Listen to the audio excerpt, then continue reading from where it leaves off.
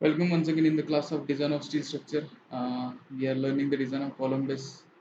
So far we have learned the slab base, then gusseted base, as well as the we have learned the how to design the foundation board. So in today's lecture we are going to see movement resisting bases. I am Mr. Sube, Assistant Professor, Civil Engineering Department. Now the movement resisting bases. Actually, when the with the axial load, movement is coming on the base. So sometimes there will be a uplift from one side, as we have seen in the case of the foundation boards. So for that we need to design the movement resisting base, or we need to increase the area, or do the differently analysis of that particular base. So in today's lecture we are going to see how to design a movement resisting base. So when the base plates are loaded eccentrically, the pressure distribution from the concrete does not remain uniform. The compressive stress is maximum near the one of the edges of the base plate and decreases toward the other edges. Let the column be subjected to the axial load P with the eccentricity of E. It causes the bending moment, that is M is equals to P into E, and axial load P. This gives a rise of combination to the axial compressive stress with the bending stress. So due to this axial load P, the pressure distribution is uniform and stress distribution is rectangular, as you can see in this figure. So this is the pressure distribution. This thing we have seen earlier also in case of the slab base. So now the direct stress is P by A1, that is area provided. So P by L into B, which is the dimensions of the column base. So due to bending moment, we'll get the bending stress. So that is M by I into Y. That is nothing but M by Z, whether it is positive or negative. So this way it will act. On one side it is positive and another side it is negative. So this way it will act.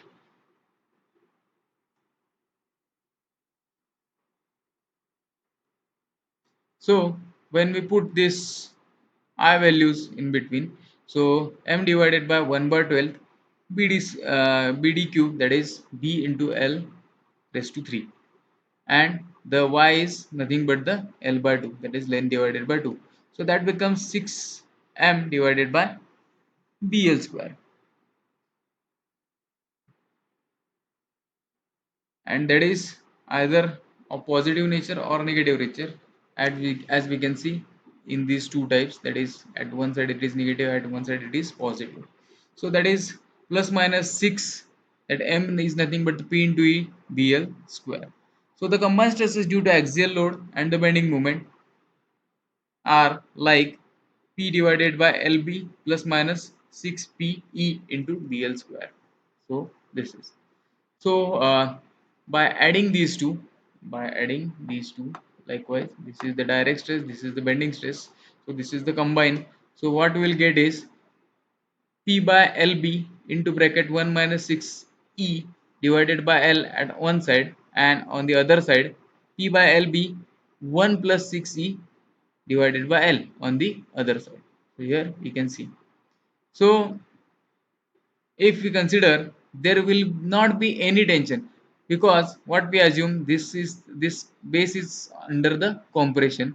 So if we assume there will not be any tension, so this whole thing into the compression. So if we consider that the combined stress for no tension, so at one end we can take it 0, and for the other end the value of this P divided by LB into 1 plus 6C, that becomes 2P divided by LB. So we'll check it as one by one. So we have seen this equation, that is P divided by L by B into bracket 1 plus minus 6E by L. So it is desirable to have the combined stresses compressive, because the concrete is weak in tension. As we have discussed, there will not be any tension. So depending upon the eccentricity and the length of the base plate, three cases are possible. From the equation this 5.14. So first case is there will not be any tension. So for no tension case, that 1 minus 6C divided by L is equals to 0. this term, that in case of minus it will be 0. So E is equals to L by 6. So eccentricity should be within L by 6 limit. And second thing is when the tension is developed is very small. So that E is in between L by 6 to L by 3, that is case 2. And the tension developed is substantial, that is E is greater than this L by 3, that becomes a case 3. So the length of base plate required for all these three cases is kept minimum for economy point of view. It is calculated in a way similar to that for axially loaded columns. The width and thickness of the base plate for the above case are calculated by the procedure that we are going to discuss further. The thickness so calculated, it does not include the thickness of the gusset angle. So now the case 1. So there will not be any tension. So E is lesser than or equals to L by 6. Now we'll see the figure, this figure, that is there will not be any tension, that this term is nothing but 0.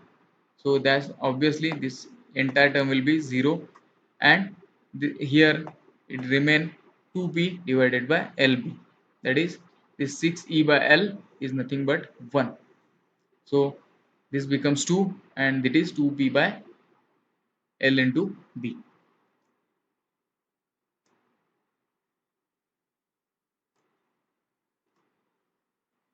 So draw the stress diagram as we have seen. Then the combined stress, that is 2b by lb and 0. We calculate the width of the base plate, that is using by that equation 5.14, that is this equation. Calculate the thickness of the base plate by equating the bending moment and the moment of resistance of the critical section, which is assumed to be at the outer edges of the column section flange. So same way we need to calculate as we have calculated in the case of the slab base and gusseted base. So this way we can design the uh, column base for the first case. Now the case second, when the tension developed is small. So E lies between L by 6 to L by 3. So it is assumed that tension is far sides bolt is negligible. So for the calculating, we can see this is the second case, the stress distribution for small tension. So this area is under tension and this is under compression. So you can see here, this is the compression and this is the tension. So we are going to calculate the distance S. So by referring this figure, we have to calculate this S distance for which the compression is there. So to calculate that distance, that is x by 3 plus E, that becomes L by 2. So the x becomes 3 into bracket L by 2 minus E.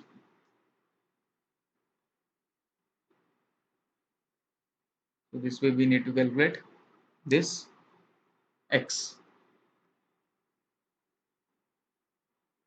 To calculate the width of the base plate by using equation 5.16, that is this equation.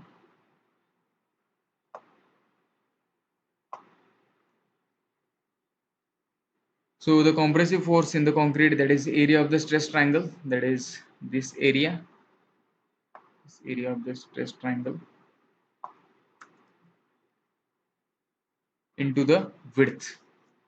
So C equals to x into sigma C divided by 2 into B, that is nothing but the width. X into sigma C divided by 2 is nothing but the compressive or the area of that compression triangle.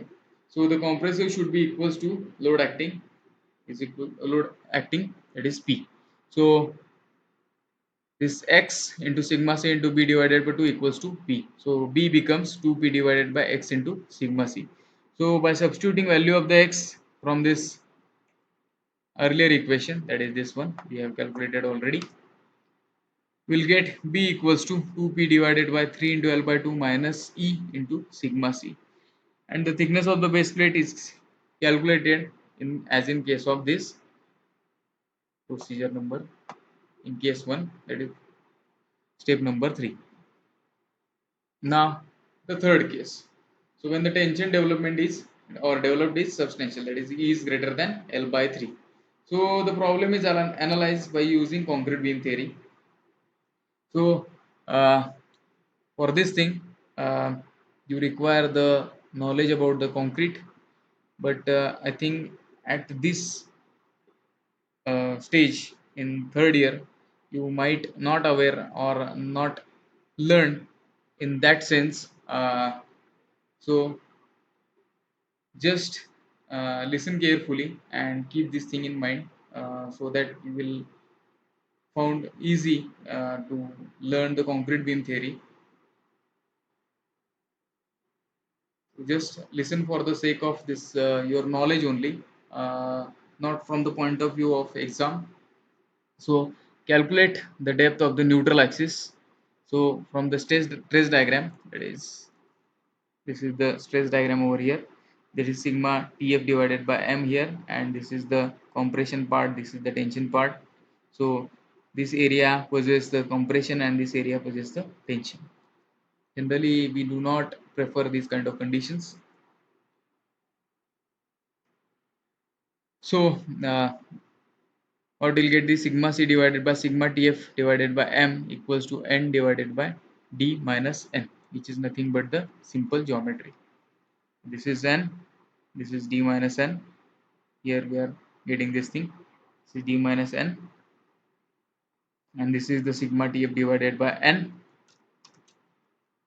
divided by this sigma c, which is nothing but the stress in concrete. So n will get, that is d by 1 plus sigma tf divided by m into sigma c, where sigma tf is the tensile stress in the bolt, that is 120 MPa.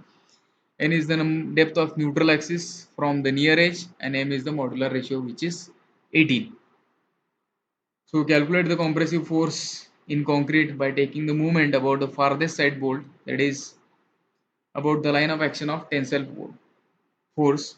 So that is C into D minus N by 3 is equals to M plus P into L by 2 into minus R. So first thing you need to consider why it has been taken over here, because we are placing the bolt over here. So that will take the entire tension as in case of RCC. So now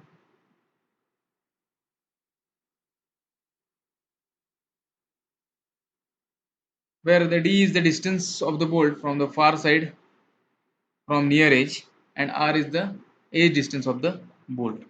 So calculate the width of base plate by the compressive force in the concrete from the stress diagram is given by C equals to B n sigma C divided by 2. So B becomes 2C divided by n sigma C.